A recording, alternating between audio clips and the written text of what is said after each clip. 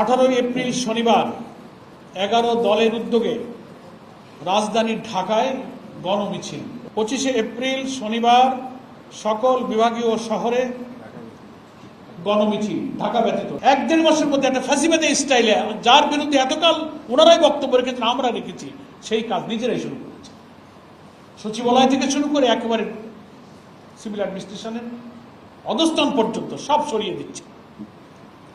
তো ফলে আমরা দেখছি যে শাসন ব্যবস্থার, রাষ্ট্র ব্যবস্থার কোনো গুণগত পরিবর্তন হয়নি। সে কারণে এর একমাত্র সমাধান হচ্ছে জুলাই সনদে যে সংস্কারের ব্যাপারে জাতি ঐক্যবদ্ধ হয়ে সম্মতি দিয়েছিল, সবাই সংস্কারের পক্ষে।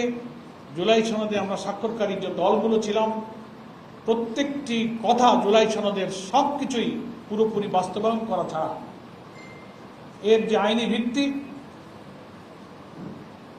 আমাদের সংবিধান সংস্কার পরিষদের অধিবেশন আহ্বান এবং সেটাকে এই জুলাই সনদকে আইনে রূপান্তরিত করে সংবিধানের অংশ হিসেবে যুক্ত করা, এই ছাড়া আমাদের সামনে আর কোনো সমাধান নেই।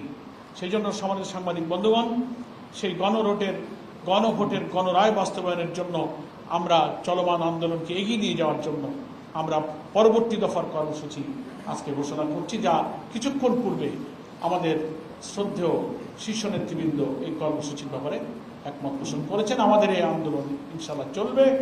দফায় দফায় শীর্ষ নেতৃবৃন্দ পরিস্থিতির আলোকে এই গণভোটের গণরায় বাস্তবায়ন শীর্ষে, আর প্রত্যেকটি সময়ের চলমান জনদুর্ভোগ সম্পর্কে আন্দোলনও আমাদের ইস্যুতে থাকবে।